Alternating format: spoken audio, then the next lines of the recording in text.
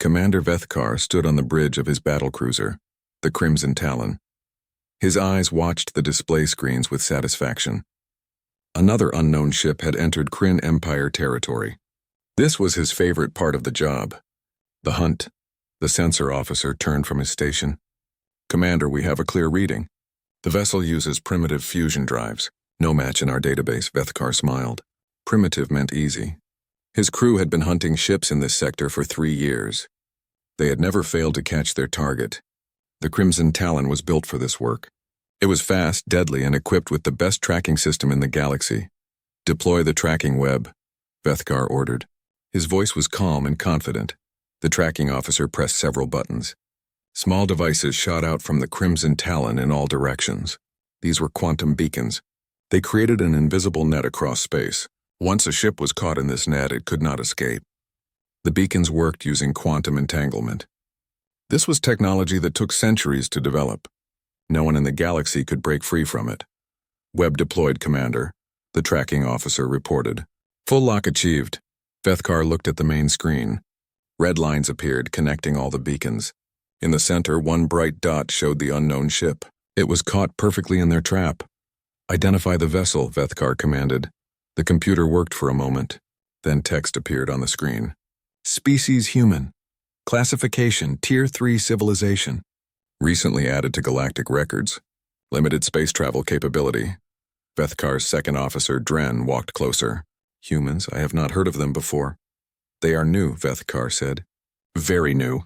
Tier 3 means they barely know how to leave their own planet. This will be quick work." The crew relaxed. Tier 3 civilizations were not dangerous. They had basic ships and simple weapons. The Kryn Empire was Tier 1. They had controlled this region of space for 300 years. No Tier 3 species had ever challenged them successfully. "What is the ship type?" Dren asked. "Destroyer class," the sensor officer replied. "Approximately 200 meters long. Minimal energy weapons detected. Standard armor plating." Vethkar nodded. A destroyer was small. The Crimson Talon was 3 times larger and much more powerful. This human ship stood no chance. "Send the standard warning," Vethkar ordered. "Tell them they have violated Kryn territory. They must surrender immediately." The communication officer sent the message. They waited for a response. Long minutes passed in silence. Finally, a reply came through.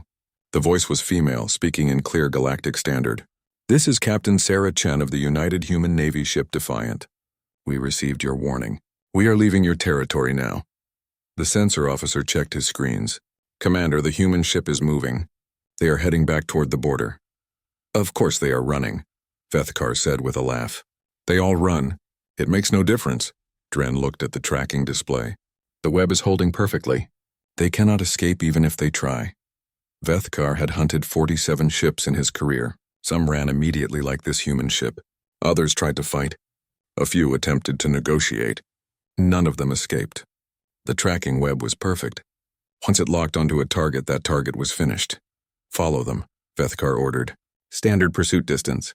Keep all weapons ready." The Crimson Talon began to move. Its powerful engines hummed with energy. The battlecruiser was much faster than the human destroyer. It could catch up whenever Vethkar decided to end the chase. "How long until they reach the border?" Vethkar asked. 6 hours at their current speed, Commander," the navigation officer replied. Vethkar smiled again. 6 hours.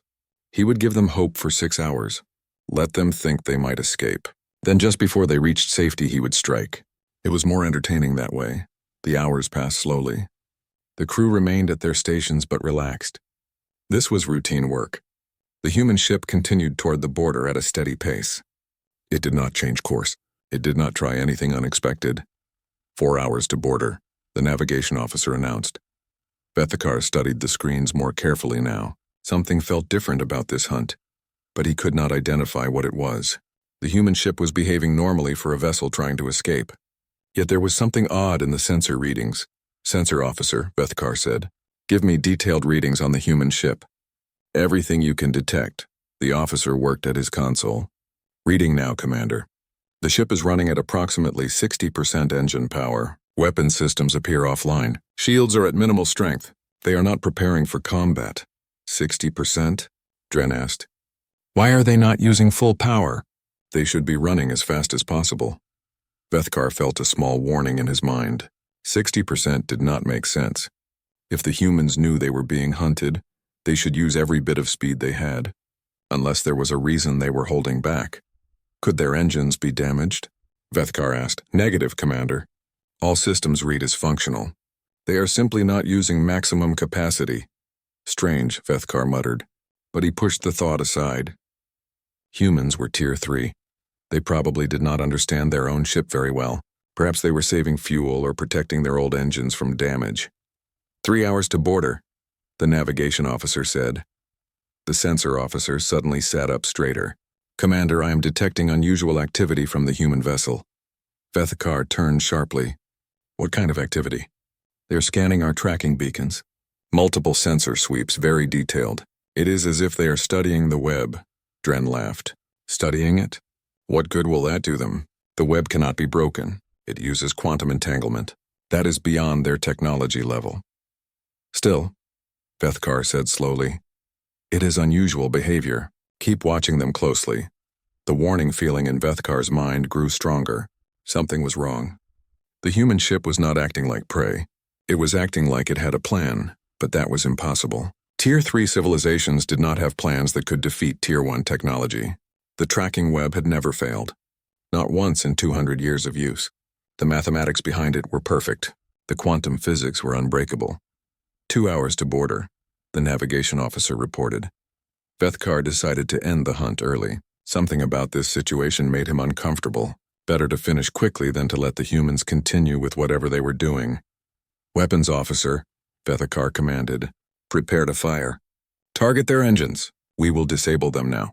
Yes, Commander. Weapons charging now. The Crimson Talon's main weapons began to power up. Energy collected in the gun ports. In 30 seconds, they would fire. The human ship's engines would be destroyed. Then Vethkar would board the vessel, interrogate the crew, and finish the job. It would be another successful hunt. Number 48 for Commander Vethkar. Another perfect record maintained. The sensor officer shouted suddenly. Commander! The human ship has stopped. Everyone on the bridge turned to look at the main screen. The human destroyer had indeed stopped moving. It hung in space, no longer running toward the border. Have they surrendered? Dren asked. No transmission received, the communication officer replied. Vethkar stared at the screen. The warning feeling exploded into certainty. This was not normal. Ships that stopped running either surrendered or prepared to fight. The humans had done neither. What are they doing? Vethkar asked quietly. The sensor officer worked frantically at his console. Reading unusual power fluctuations, Commander. The human ship is redirecting energy to multiple systems. I cannot identify all of them. Then the human ship launched objects into space. Small pods shot out in every direction. Dozens of them. Then hundreds. Escape pods? Dren suggested. Too small, the sensor officer said. These are not large enough for crew members. Vethkar watched the pods spread across the area. They moved quickly, positioning themselves around both ships. Around the tracking beacons. Something cold settled in his stomach. Fire all weapons, Vethkar ordered. Destroy that ship now. But before the weapons officer could respond, the pods activated.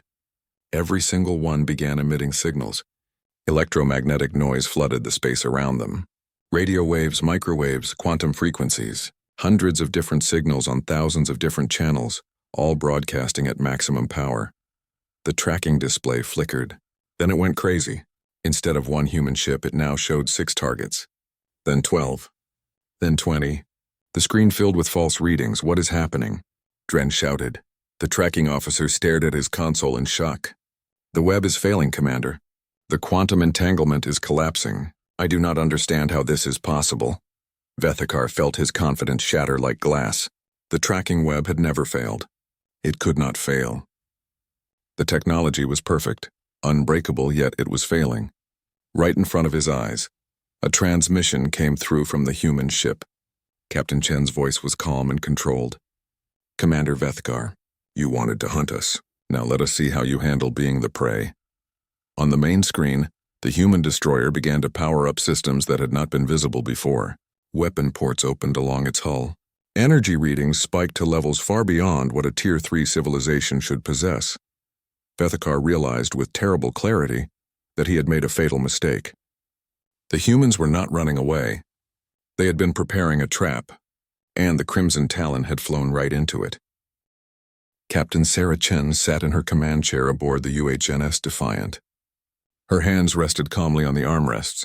Around her, the bridge crew worked at their stations with focused concentration. Every person knew their role and what came next. Electronic Warfare Officer report, Chen said. Lieutenant Marcus Hayes looked up from his console. All drones deployed successfully, Captain.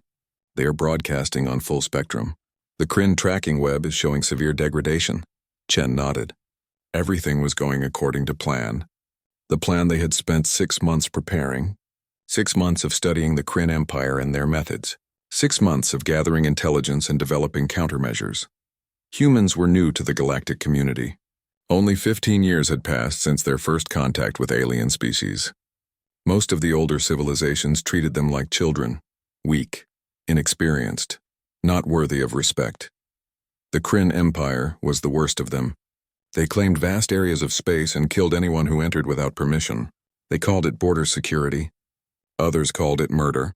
But the Kryn were powerful, so the Galactic Council looked the other way. 3 months ago, a human exploration vessel called the Pioneer entered Kryn space by accident. Navigation error. Simple mistake. The Kryn hunted them down and destroyed them. 23 crew members died. 23 people who were just trying to explore the galaxy. Earth demanded justice. The Kryn refused. The Galactic Council did nothing, so Earth decided to take a different approach. They would teach the Kryn Empire a lesson about hunting humans. The Defiant was chosen for this mission. It was a destroyer, small and fast, but it had been specially modified for this operation. Hidden weapons, advanced electronic warfare systems, experimental technology that even other human ships did not have. Chen had volunteered to command the mission. She had known one of the Pioneer crew members, a friend from academy days.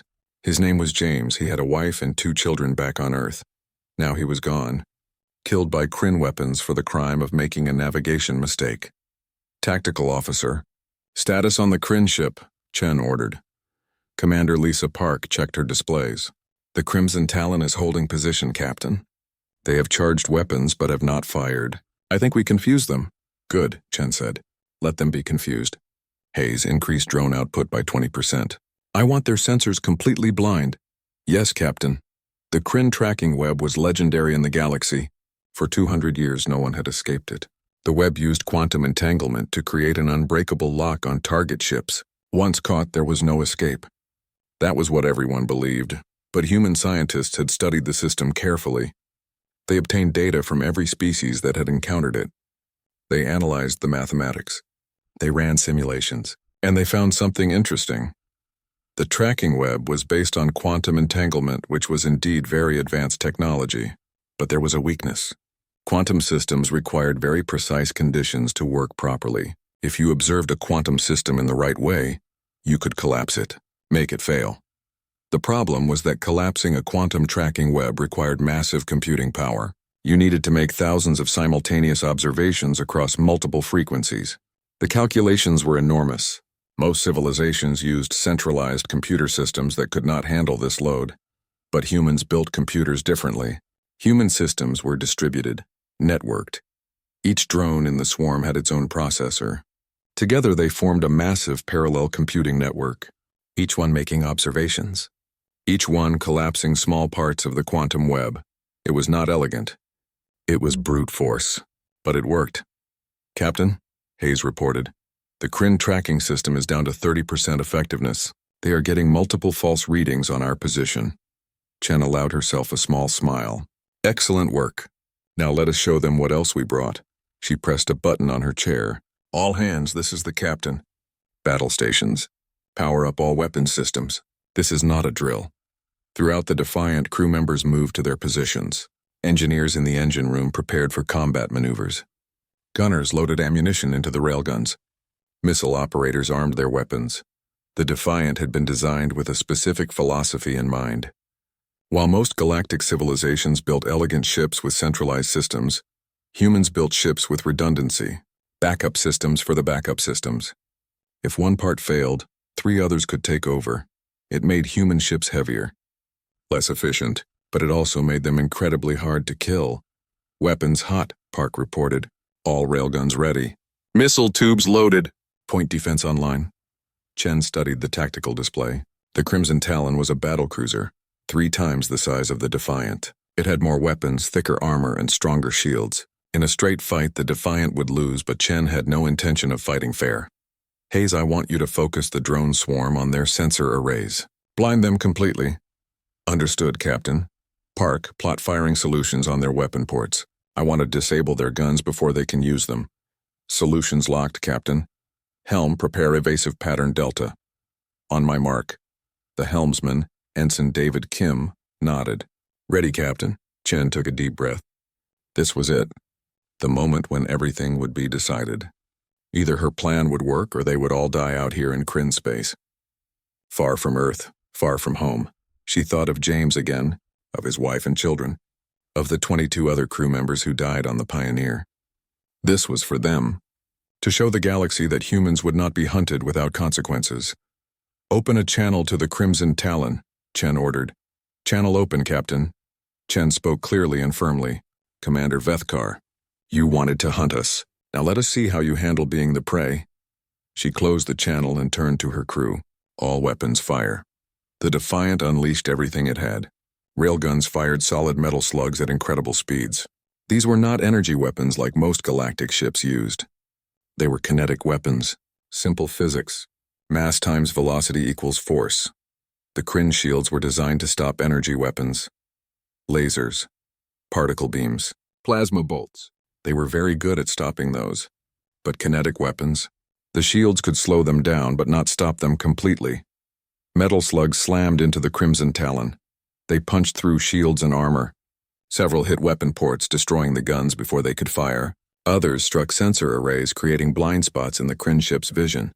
At the same time, the Defiant launched missiles. Hundreds of them. Each missile had its own small computer brain. They could think. They could adapt. If the enemy shot down one missile, the others learned from it and changed their approach. The Crimson Talon's point defense systems tried to stop the missiles. Laser turrets fired in all directions. They destroyed many missiles. But not all of them. Some got through. They exploded against the hull, creating more damage. Enemy shields down to 60%, Park reported. Multiple weapon systems offline. They are returning fire. Evasive maneuvers now, Chen commanded. Kim's hands flew over his controls. The Defiant twisted in space, rolling and diving. Energy beams from the Crimson Talon passed through empty space where the Defiant had been moments before. One beam did hit the Defiant. It struck the portside armor. Alarms blared on the bridge. Damage report, Chen called out. Port armor section 7 damaged, reported the damage control officer. Hull breach on deck 3. Emergency bulkhead sealed. No casualties, Chen nodded. The ship was hurt but still fighting. That was what mattered. Continue firing, Chen ordered. Target their engines. I want them unable to pursue us if we need to retreat. More railgun fire. More missiles. The Defiant and the Crimson Talon exchanged fire like two ancient warriors with swords. Each strike causing damage. Each hit bringing pain. But the Defiant had an advantage.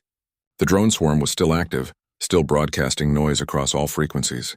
The Kryn sensors could not get a clear lock. Their weapons kept missing or hitting with reduced accuracy. Meanwhile, human sensors were designed to work in noisy environments. Earth had spent decades dealing with electronic warfare. Radio jamming, radar spoofing, communication interference. Human military technology was built from the ground up to handle it. Enemy shields at 30%, Park reported. They are trying to re-establish the tracking web. Hayes, deploy more drones, Chen ordered. Do not let them get that web back online. Deploying now, Captain.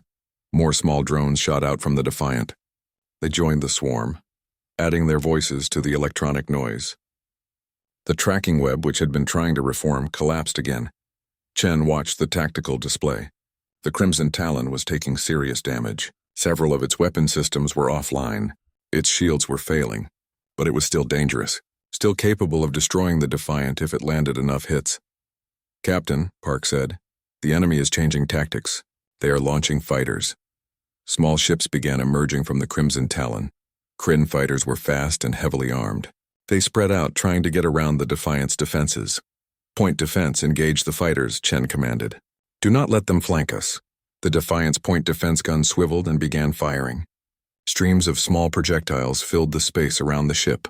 These were designed to shoot down missiles, but they worked just as well on fighters. Commander Vethkar pulled himself up from the floor of his bridge.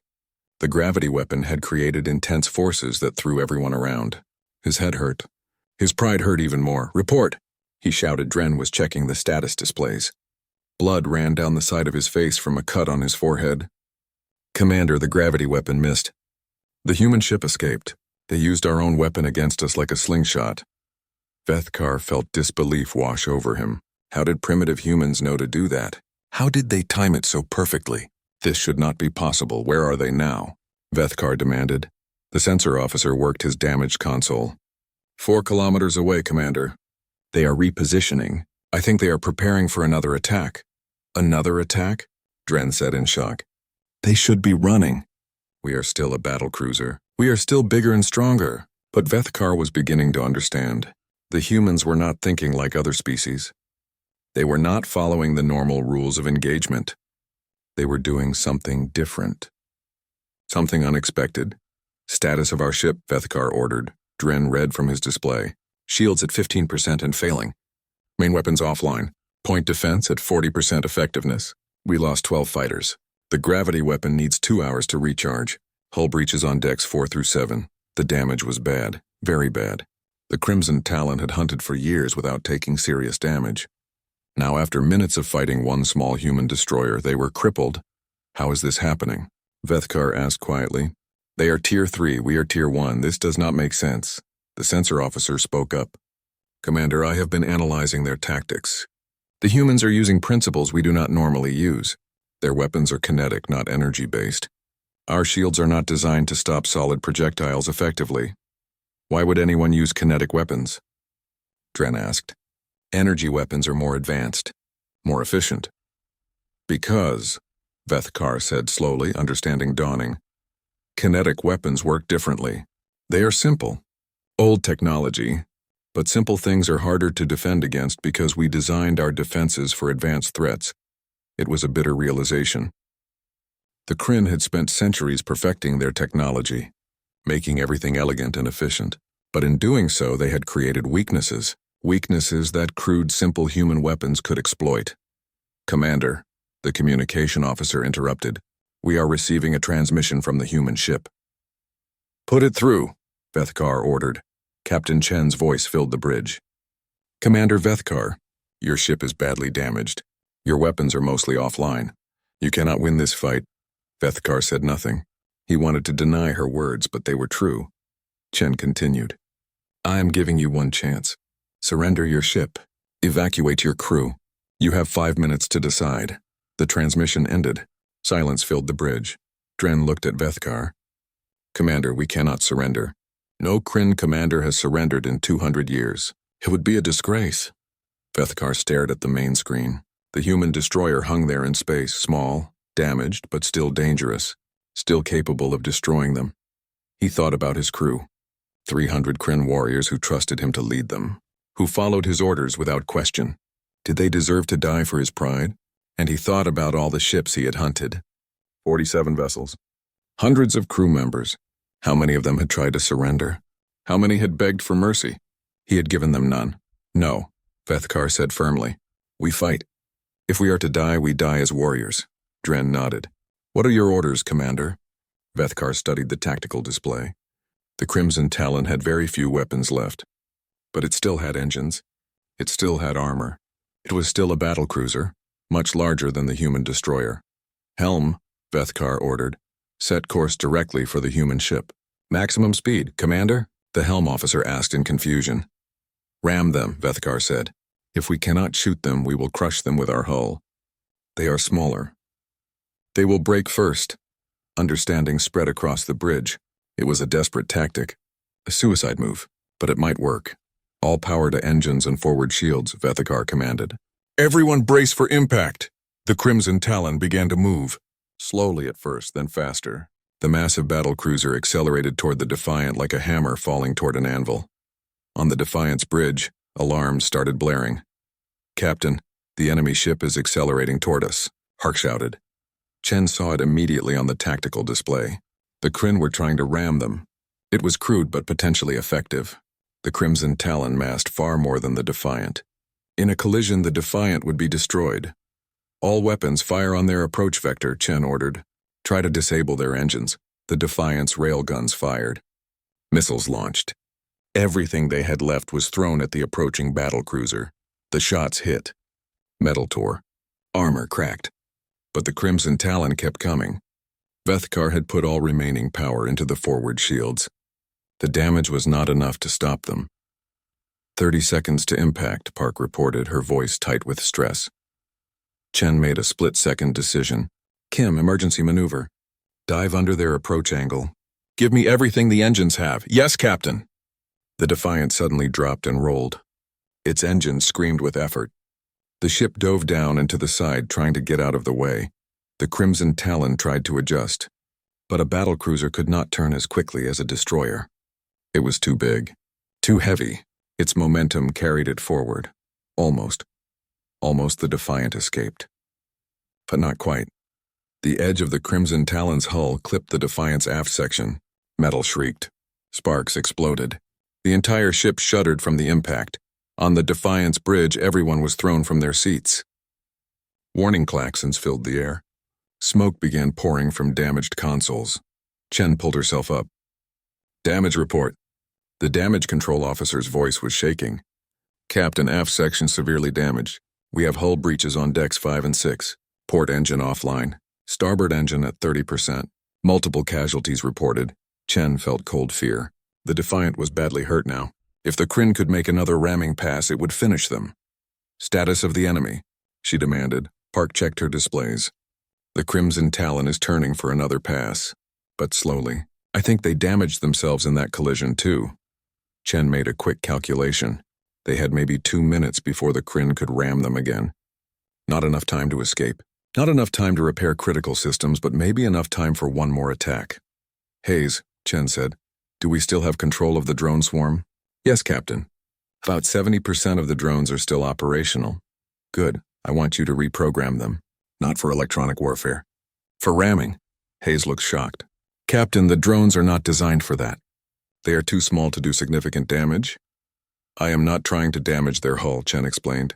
I want you to ram their remaining point defense guns and their sensor arrays. Blind them completely. Understanding lit up Hayes' face. Yes, Captain. Programming now. Chen turned to Park. How many missiles do we have left? 12, Captain. All conventional warheads. Load them all. I want a simultaneous launch. Target their bridge and their engine room. Understood, Captain. Chen watched the tactical display. The Crimson Talon was completing its turn. In 60 seconds, it would begin another ramming run. The Defiant could not survive another hit. This was it. The final moment. Everything came down to this. Hayes, execute drone attack.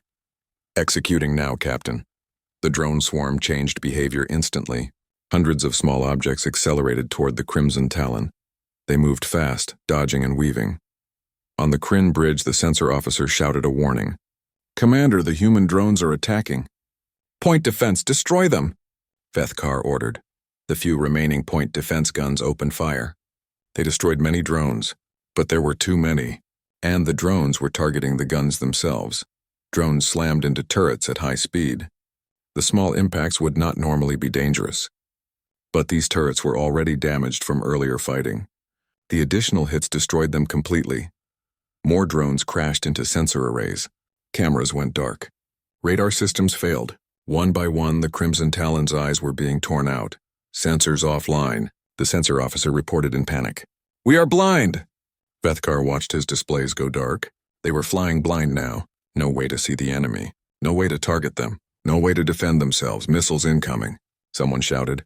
12 human missiles struck the Crimson Talon. Without sensors, the point defense could not stop them. Without shields, the armor could not protect them.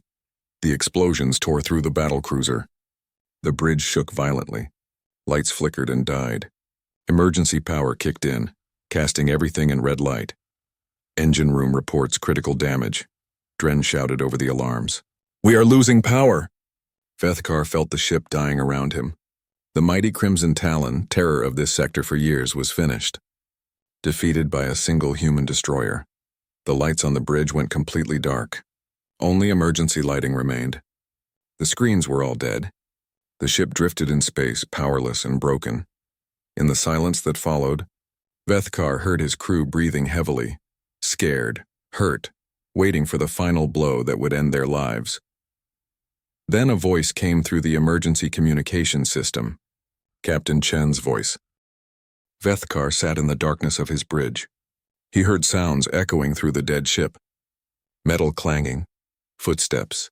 The humans were coming for him. He could resist. He had a sidearm. He could fight and die like a warrior. That was what Kryn tradition demanded. But something made him hesitate. These humans had defeated his ship. They had collapsed the tracking web.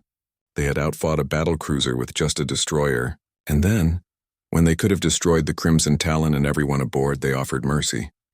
Why? Vethkar wanted to understand. He needed to understand. The bridge door opened. Emergency lights from the corridor spilled in. 4 figures in armor entered, weapons ready. Human boarding team. Commander Vethkar, one of them said in Galactic Standard. Place your weapon on the floor. Do not resist. Vethkar slowly drew his sidearm. He looked at it for a long moment.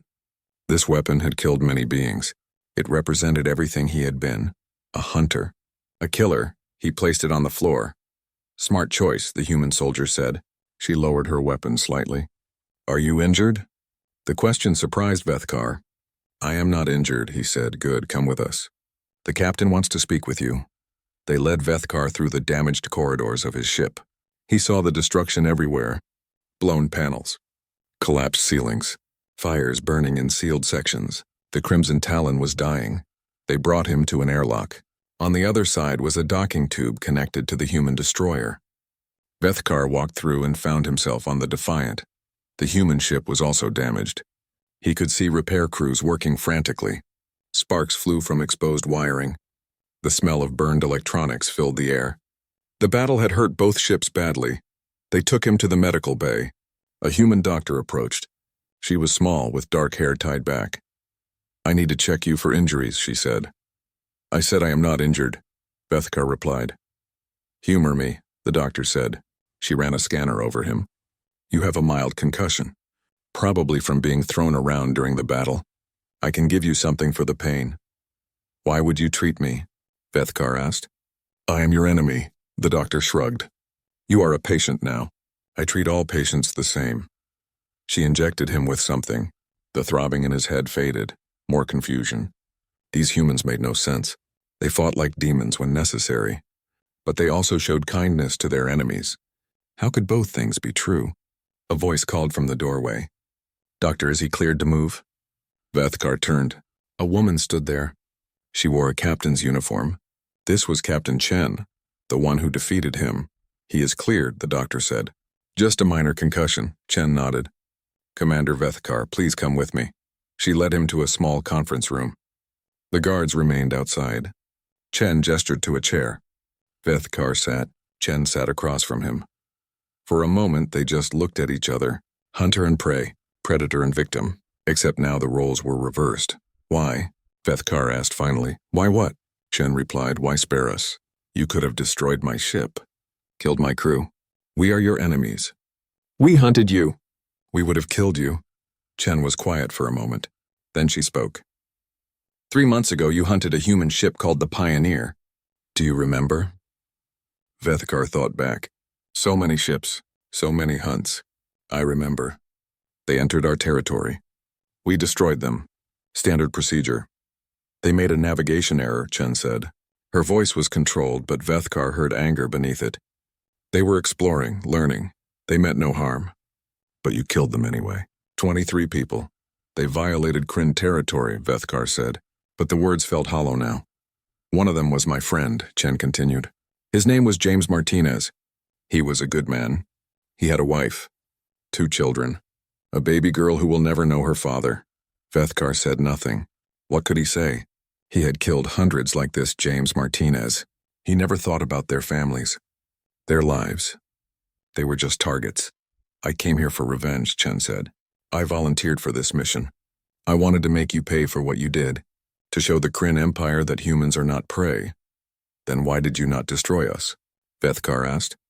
You had us. We were helpless. Chen leaned forward. Because killing you would make me just like you, and I refuse to become what I hate. The words hit Vethkar like a physical blow. He had been so certain of his righteousness. The Kryn way was strength, power, domination. But looking at this human captain, he saw a different kind of strength. The strength to show mercy even when you wanted revenge. Your crew is safe, Chen continued. We collected all the escape pods. They are being held in our cargo bay. They will be treated well. When we reach neutral space, we will release them. And what about me? Vethkar asked. That depends on you, Chen said. You have a choice. You can be a prisoner, or you can help us. Help you how? Chen pulled out a datapad. She showed him files, records. We have been gathering intelligence on the Kryn Empire for months. We know about your hunting operations, 47 ships destroyed in this sector alone. But you are not the only hunter. There are others like you in different sectors. Vethkar looked at the data. He recognized some of the names. Other commanders, other hunters, all doing the same thing he had done, killing in the name of border security. We are bringing evidence to the Galactic Council, Chen said. We are going to demand that the Council take action. Stop the hunting. Hold the Kryn Empire accountable. The Council will not listen, Vethkar said. The Kryn Empire is powerful. They fear us. Maybe, Chen admitted. But they will have to listen to you. Me? You are a Kryn commander. You know everything about the hunting operations. If you testify before the Council, if you confirm what we already know, they cannot ignore it. Vethkar understood now. Chen was offering him redemption, a chance to make things right. But it would mean betraying everything he had believed in, everything he had been. And if I refuse? He asked. Chen shrugged. Then you will be a prisoner. We will still bring our evidence to the Council. We will still try to stop the hunting. But it will be harder without your testimony. Why would you trust me? Vethkar asked. I could lie. I could tell the Council whatever I want. You could, Chen agreed. But I do not think you will. Why not? Because you ordered your crew to evacuate. You chose their lives over Kryn pride. That tells me something about who you really are. Not who you were trained to be, but who you actually are underneath. Vethkar was silent. He thought about all the ships he destroyed, all the lives he ended. He had never questioned his orders, never doubted his purpose. He was a hunter. That was his identity. But sitting here looking at this human captain who showed him mercy when she had every right to kill him, Vethkar realized something.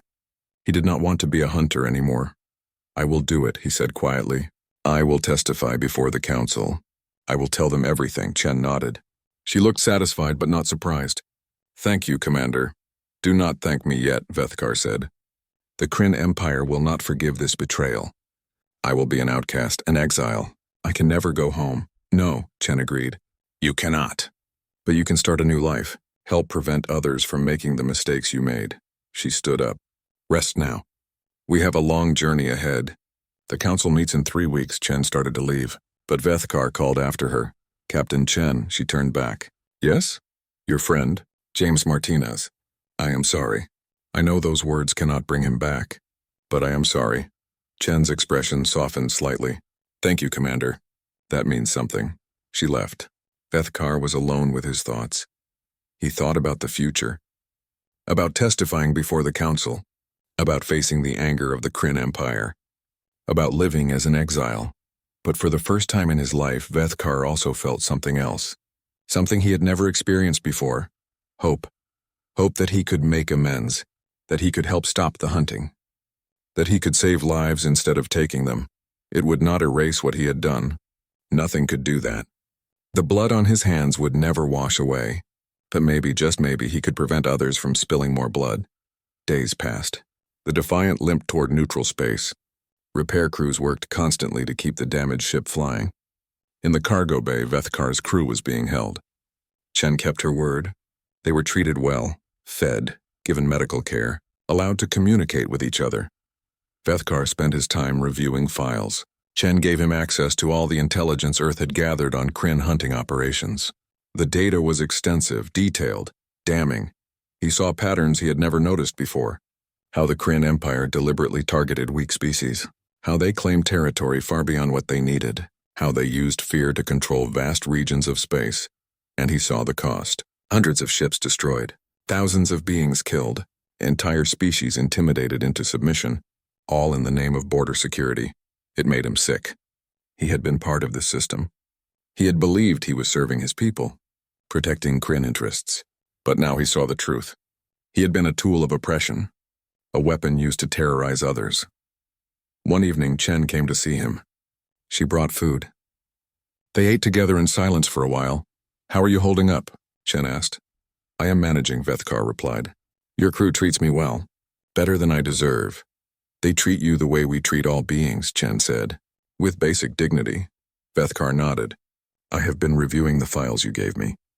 The evidence is overwhelming. The Council will have to act." The Galactic Council chamber was enormous. Thousands of seats arranged in circular tiers around a central speaking platform. Representatives from hundreds of species sat waiting. The chamber buzzed with conversation. Vethkar stood in a preparation room nearby. He could see the chamber through a viewing window. His hands were shaking, not from fear exactly, from the weight of what he was about to do. Sarah Chen stood beside him. "Are you ready?" she asked. "No," Vethkar admitted. "But I will do it anyway," Chen nodded. "That is all any of us can do. Our best even when we are afraid." A human diplomat named Marcus Webb entered the room. He was tall, with gray hair and sharp eyes. He would be presenting Earth's case to the Council. "They are ready for us," Webb said. "The Kryn delegation is already there.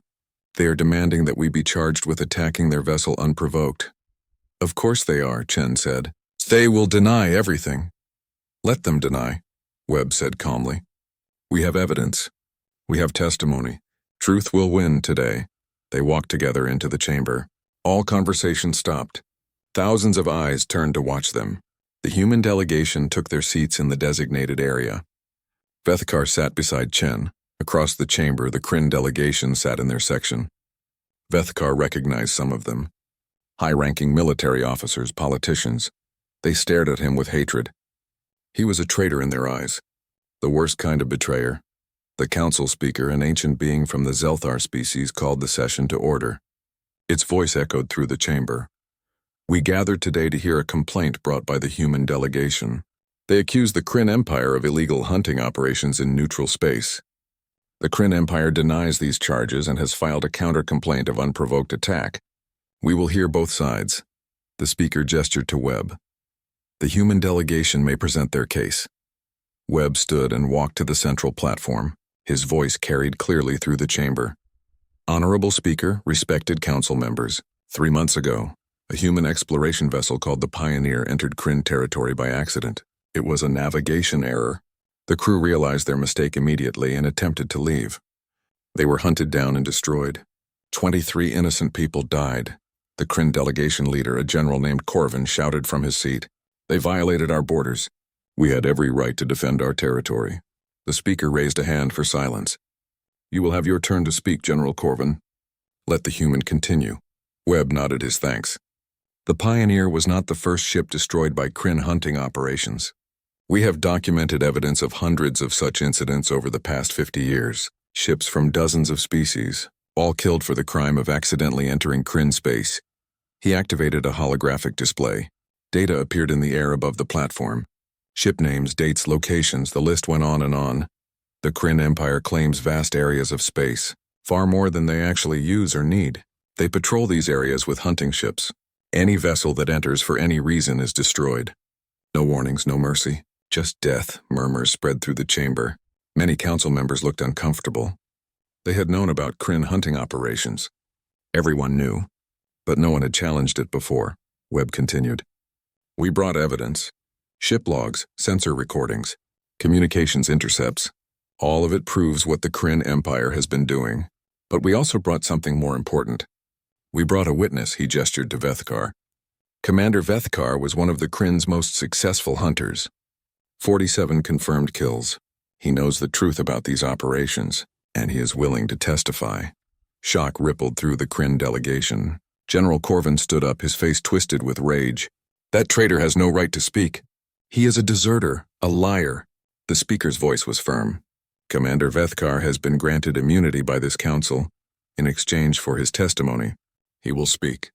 "Sit down, General." Corvin sat, but his glare at Vethkar promised future vengeance. Vethkar stood on shaking legs. Chen gave him an encouraging nod. He walked to the platform, feeling the weight of thousands of eyes upon him.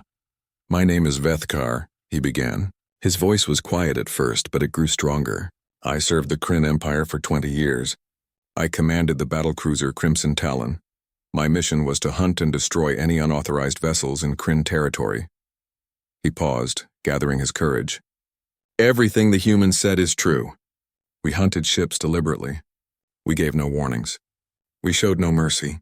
I personally destroyed 47 vessels, killed hundreds of beings, and I was praised for it, rewarded, called a hero." The chamber was completely silent now. Everyone listened. "But I was not a hero," Vethkar continued. "I was a murderer. We all were. The Kryn Empire used us to control territory through fear, to intimidate weaker species, to maintain power without challenge."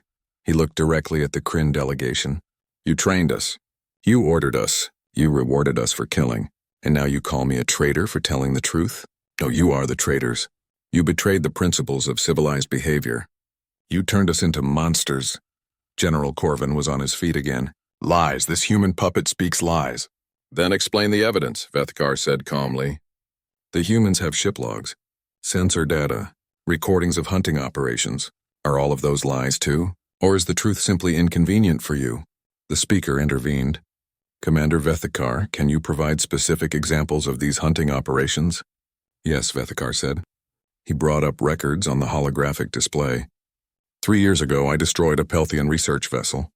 They were studying nebula formations. They strayed into what we claimed as Kryn space. I gave no warning. Just opened fire. 12 scientists died. He showed more records. 2 years ago, a civilian transport from Zeltos. They were carrying refugees fleeing a civil war. Navigation error brought them into our territory. I destroyed them. 83 refugees. 15 crew members. All dead. More records. More deaths. Each one a story. Each one a tragedy. Vethkar went through them methodically. He did not spare himself. Did not try to minimize his guilt. And 3 months ago, he said quietly, I destroyed the human ship Pioneer. 23 crew members. They made a navigation error. They tried to leave. I hunted them anyway. I killed them all. He looked at Chen. I am sorry. Those words cannot undo what I did. But I am sorry. And I'm here to make sure it never happens again. The chamber erupted in noise. Council members talking to each other. Some angry. Some shocked. Some nodding in agreement. The speaker called for order. We will now hear from the Kryn delegation. General Corvin took the platform. He was clearly angry, but he tried to control it. This council must understand. The Kryn Empire has held this territory for centuries. We have the right to defend our borders. If we did not patrol strongly, every species in the galaxy would invade our space. But at what cost? A council member called out. She was from the Zeltos delegation. You killed our refugees. Innocent people fleeing war. How was that defense? Corvin hesitated. Regrettable, but necessary to maintain security. Necessary? Another voice from the Pelthian delegation. You murdered our scientist. They were studying space phenomena. They posed no threat to anyone. More voices joined in. Species that had lost ships to Kryn hunting operations. They had been silent before, afraid of Kryn power. But now they spoke up. Anger filled the chamber. Corvin tried to speak over them. We acted within our rights. This council has never challenged our border policies before. Because we were cowards, the speaker said quietly. But the words carried through the chamber. We let you kill because we feared you. That ends today. The speaker turned to address the full council. We have heard the evidence. We have heard testimony from both sides. It is clear that the Kryn Empire has engaged in excessive force. They have killed innocent beings, destroyed ships that posed no threat, all in the name of border security. The speaker paused. This council was created to prevent such abuses, to protect the weak from the strong. We have failed in that duty, but we can fail no longer. I call for a vote on the following measures. The measures appeared on displays throughout the chamber. Vethkar read them with growing satisfaction. First, the Kryn Empire's claimed territory would be reduced to what they actually used. Second, all hunting operations would cease immediately. Third, the Kryn would pay reparations to families of those killed. Fourth, New rules would protect emerging civilizations from aggressive border enforcement. The vote was called. One by one, council members registered their decisions. The final count appeared on the main display. Approved. By a wide margin, the Kryn delegation erupted in protest. Corvin shouted threats, but it made no difference. The council had spoken. Bethkar felt something break inside him.